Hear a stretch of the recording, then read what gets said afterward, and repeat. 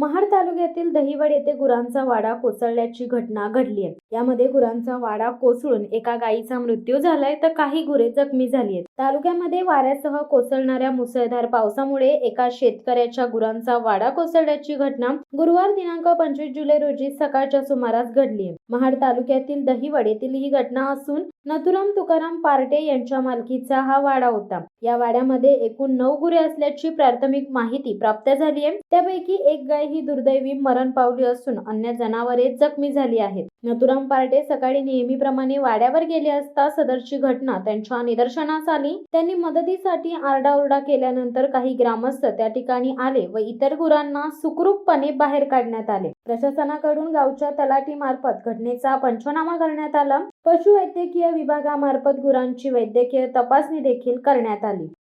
शिवसत्ता टाइम्ससाठी Reshma Mane, Mahad.